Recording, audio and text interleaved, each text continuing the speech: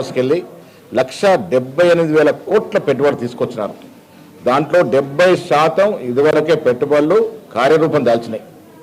Global summit అనేది ప్రపంచ కంపెనీలు ఆకట్టుకున్నటువంటి సమ్మిట్. 1 లక్ష 2 లక్షలు వస్తాయనుకుంటే ఊహించని రీతిగా 5,70,000 కోట్ల పెట్టుబడులు, విదేశీ పెట్టుబడులు, వివిధ కంపెనీ రూపాల పెట్టుబడులు, స్వదేశీ పెట్టుబడులు పెట్టడానికి ఒప్పందాలు కూర్చున్న పరిస్థితి. ఇలా మున్సిపాలిటీలో ఉన్నవారు చాలామంది వరకు చదువుకున్నవారు, విద్యావంతులు. ఇలాంటి అభివృద్ధిని పరిపూర్ణంగా అర్థం చేసుకోగలుగుతున్నారు, ఇస్తున్న సంక్షేమాన్ని అర్థం చేసుకోగలుగుతున్నారు. ఎవరమ్మా అక్కడ? వాళ్ళు బయట పంపండి, వాళ్ళు బయట పంపండి. ఫస్ట్ అది వినబడతలేదు మీకు శబ్దం, వాళ్ళు బయట పంపండి. ఎవరది? ఇలాంటి సంక్షేమం ఏ ఇతర రాష్ట్రం ఇవ్వట్లే. ఉచిత బస్సు కేవలం 2 కాంగ్రెస్ ప్రభుత్వాలు ఇస్తా ఉన్నాయి. కర్ణాటక రాష్ట్రం, తెలంగాణ రాష్ట్రం. ఆషామాషి కార్యక్రమం కాదు ఉచిత బస్సు అనేది. మహిళల్లో నవచైతన్యం తీసుకొచ్చి స్వతహాగా ఇండిపెండెంట్గా ఎక్కడికంటే అక్కడికి వారు పోయేటటువంటి అవకాశం, ఆ సదుపాయం కాంగ్రెస్ పార్టీ కలుగజేసింది. రేషన్ కార్డు చుట్టూ పేదవాడి జీవితం తిరుగుతుంది.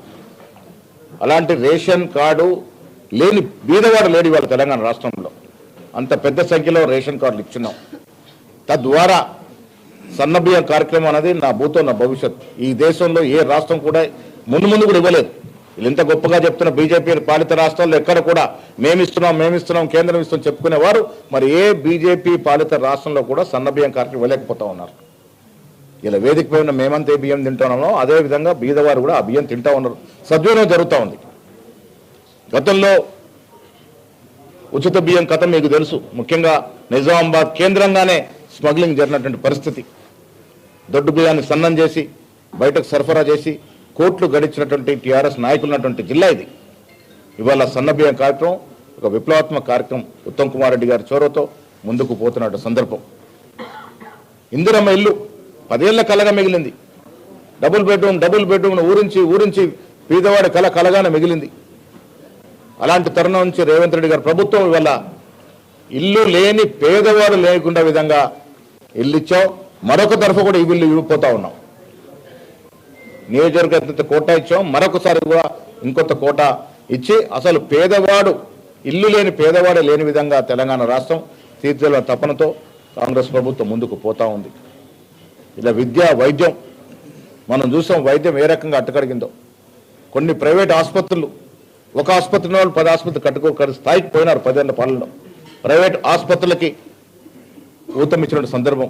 ఇవాళ కాంగ్రెస్ ప్రభుత్వం వచ్చిన తర్వాత ప్రైమరీ హెల్త్ సెంటర్ నుంచి మొదలుకొని నిమ్స్ వరకు, ఉస్మానియా వరకు ప్రక్షాళన చేసి నిధులు ఇచ్చి బలోపేతం చేసినటువంటి సందర్భం. విద్యాపరంగా ఉచిత విద్య అని LKG to PG అని చెప్పి మోసం చేసినటువంటి తరుణం నుంచి ఇవాళ ఇంటిగ్రేటెడ్ స్కూల్స్, ఒక్కొక్క నియోజకవర్గం ఒక ఇంటిగ్రేటెడ్ స్కూల్స్. మొన్ననే నేను పార్టీలకు అతీతంగా ముఖ్యమంత్రిని కలిసి, ఇక్కడ బీజేపీ సభ్యుడైనా మేము ముఖ్యమంత్రిని కలిసి ఇంటిగ్రేటెడ్ స్కూల్ కోరినప్పుడు తక్షణ ముఖ్యమంత్రి ఒప్పుకున్నారు. బాల్కొండ నియోజకవర్గం మా గ్రామంలో ఇంటిగ్రేటెడ్ స్కూల్ ఇవ్వడానికి కూడా ఒప్పుకున్నారు. నేను ఇచ్చిన 10 ఎకరాల్లో స్కూల్ ఇవ్వడానికి ముఖ్యమంత్రి గారు అంగీకరించినారు. విద్యాపరంగా ఒక ఇంటిగ్రేటెడ్ స్కూల్ మీద 200 నుంచి 300 కోట్లు పెట్టి SC, ST, BC మైనార్టీ వర్గాలు ఒకే చోట ఉండే విధంగా సదుపాయాలు కలగజేసి అధునాతనమైనటువంటి శాస్త్ర సంకేత విద్యని ఇచ్చే దశగా కాంగ్రెస్ ప్రభుత్వం అడుగులు వేస్తూ ఉంది. పోయిన ప్రభుత్వంలో విద్య, వైద్యం అన్నీ అట్టడుకుపోయినాయి. దాన్నంతా కూడా పునర్జీవం చేస్తూ తీసుకొస్తున్నాడు తరుణం. వ్యవసాయ పరంగా రైతు భరోసా ఇచ్చాం. వాళ్ళు 10 ఏళ్ళు ఇచ్చిన రుణమాఫీ 15,000 కోట్లు దాట్లే సుమా. లెక్కలు తీసుకోండి. మేము 11 మాసాలు, గవర్నమెంట్ వచ్చి 11 మాసాలను 23,000 కోట్ల